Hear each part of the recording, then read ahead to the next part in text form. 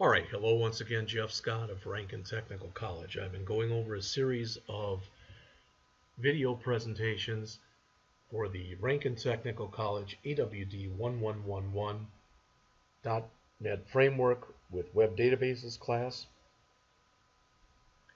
The main book we're using for the class is ASP.NET MVC with Entity Framework and CSS by Lee Naylor.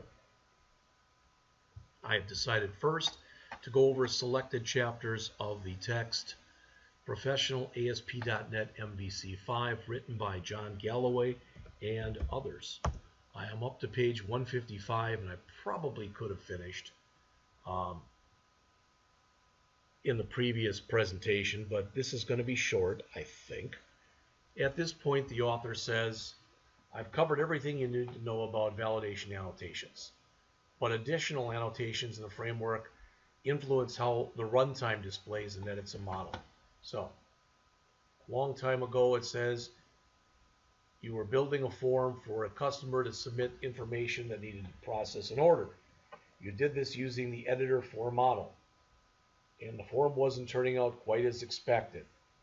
Okay? It says there's two problems evident here in this screenshot. Number one, you really don't want the username to display because it's been pre-populated, all right, and managed, and managed by code in the controller. And second, the first name should appear with a space between the words first and name. The path to resolving these, it says here, lies in the data annotation namespace. Like the validation attributes we looked at previously, the model metadata provider picks up and can display different types of information. So in other words, if you look right here, we can add this. So let's go back into here. And I don't think the order in which you put these matters. But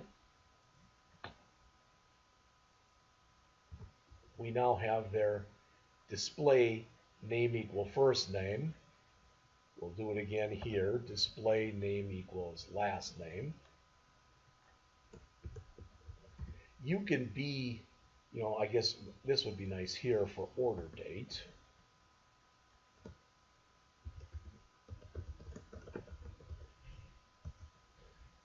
Does,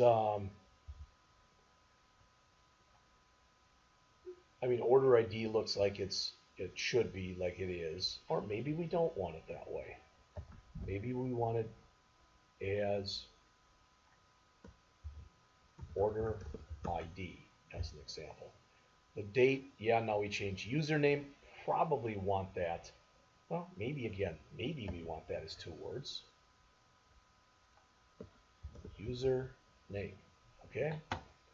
So we're changing a lot of these. Address is one word, city, state are one word. Postal code would be two words.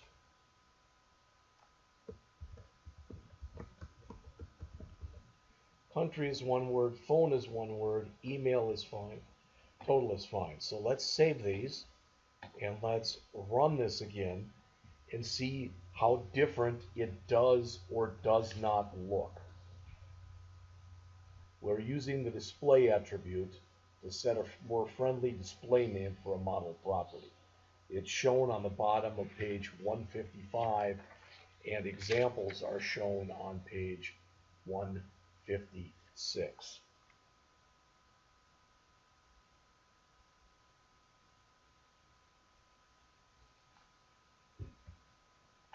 So we don't need this anymore. We don't need this anymore. We don't need that. That brings us to about here. We're on the middle of page 156. We'll finish 156, 157, and 158, and then we'll put this chapter to rest. The next chapter, kind of an FYI for you, on authentication, authorization, and security is a very long chapter. So now notice order date is two words, username is two words, first name, last name are two words, postal code, two words. We didn't tell it to change any of the other ones. They were all a single word. These are just aesthetic changes. I mean, did we have to do that? No, but it does look a little bit nicer that way, a little bit more professional, right?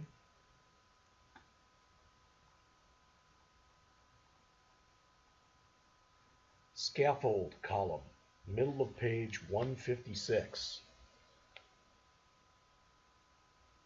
Scaffold column attribute hides a property from HTML helpers such as the editor for model and the display for model. With this attribute in place, the editor for model will no longer display, in this case, an input or label for the username field. Note, however, the model binder might still try to move a value into the username property.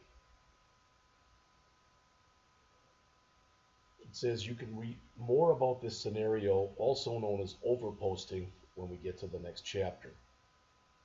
The two attributes you've looked at so far can fix everything you need for the order form, but let's take a look at the rest of the annotations you can use with ASP.NET MVC. The first one, display format. As mentioned here on the bottom of 156 and going on to 157, the display format attribute handles various formatting options for a property via named parameters. You can provide alternate text for display when the property contains a null value and turn off HTML for properties containing markup. You can also specify a date string for the runtime to apply the model property. So what they mention here is, for example, for total, we might want to put this in,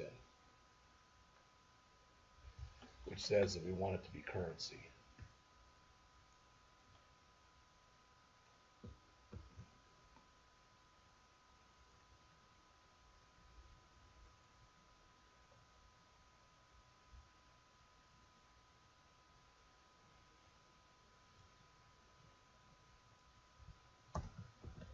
Right there.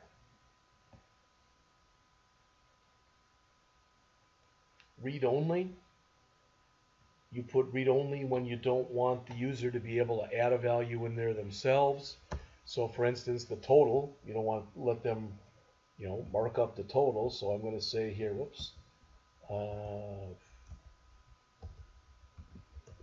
read only true.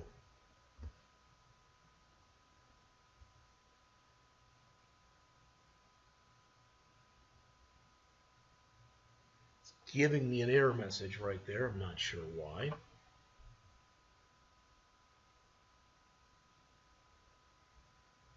We need using system component model according to that, which we didn't have. Not component model dot annotations, just component model. There's a data type attribute as shown on the bottom of page 157. We don't have a password in ours, but in the book on page 157 says there the data type attributes enables you to provide the runtime with information about a specific purpose of a property. For example, a property of type string can fill a variety of scenarios. If you look at the music store account login, for example, you'll see something like this. For a data type of password, the HTML editor helpers in ASP.NET MVC will render an input element with the type attribute set to password. In the browser, again, this means you won't see the characters as they appear on the screen. We've all seen this.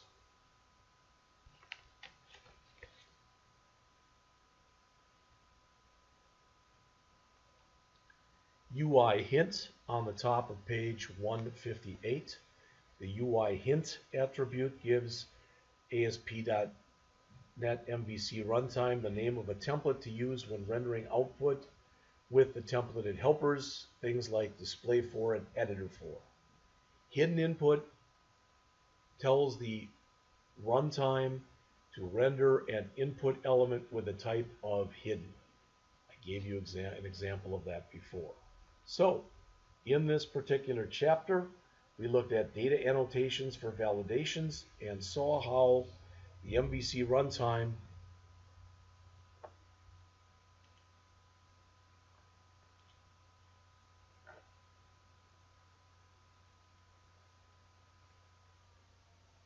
uses model data, I should say model metadata, model binders, and HTML helpers to construct basically support for validation. This support, or this validation, supports both client side and server side with no extra code duplication.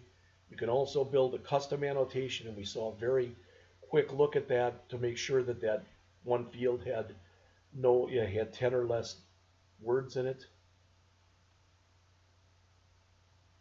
Finally, as it says, we looked at using data annotations to influence the output of the HTML helpers rendering HTML in views. So that's it for this chapter. We have now gone through the first 1, 2, 3, 4, 5, 6 chapters. When I return next, because I'm done with this lecturing for today, when we come back again, we will go over 7, which is membership, authorization, authentication, and security. 8, which is AJAX. 9, which is routing. Again, we're skipping 10, 11, 12, and 13. 14 is on unit testing. 15 is on extending MVC, and 16 is on advanced topics. Again, skipping 17. So when I return again, you'll notice starts on page 159, ends on page 249. So it's about 90 pages for chapter 7. And I will be back with that soon.